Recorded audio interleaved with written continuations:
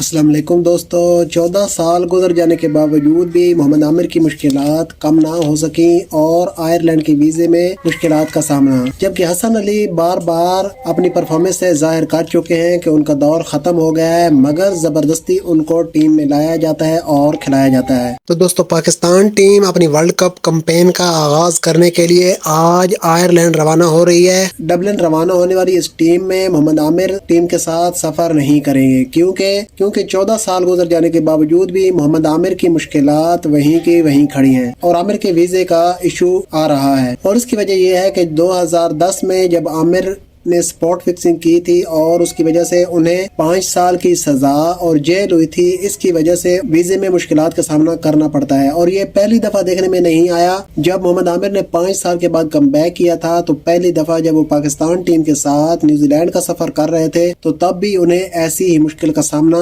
करना पड़ा था। और आने वाले T20 वर्ल्ड कप में अमेरिका के वीजे के लिए भी उन्हें ऐसी ही मुश्किलात का सामना करना पड़ सकता है, लेकिन उम्मीद की जा रही है कि 1 या 2 दिन में आमिर का ये मसला हल हो जाएगा। तो दोस्तों, फास्ट बॉलर हसन अली जो कि इस बात में कोई शक नहीं है कि उनका एक दौर था, बहुत अच्छा दौर था और वो अपने दौर के एक सुपरस्टार थे, मगर अब उनका दौर नहीं रहा है। और इसका इजहार उन्होंने वर्ल्ड कप 2023 में अपनी सिलेक्शन के बाद अपनी परफॉर्मेंस से किया, मगर उसके बावजूद उनको जबरदस्ती टीम में धकेला जाता है और अब भी ऐसा ही कुछ हुआ है। हालांकि अब लगता ऐसे है कि हसन अली के दौर खत्म हो गया है और अब जो दौर है वो है अब्बास अफरीदी, जमान खान, शाहनवाज धानी, हुनैन शाह, उबैद शाह, मोहम्मद अली और इसी तरह कई दीगर प्लेयर्स हैं जिनका दौर है। मगर हसन अली जैसे बूढ़ों को, जिनका खेलने को बिल्कुल दिल नहीं है, उनको मौके देकर इन बेचारे यंग प्लेयर्स का कैरियर जाया किया जा रहा है। और ये भी पाकिस्तान में पहली दफा देखने में नहीं आया। पहले भी ऐसी बहुत सी मिसालें मिलती हैं, जैसा कि फवाद आलम, आसिम कमाल, हमाद आजम और कई दीगर प्लेयर्स का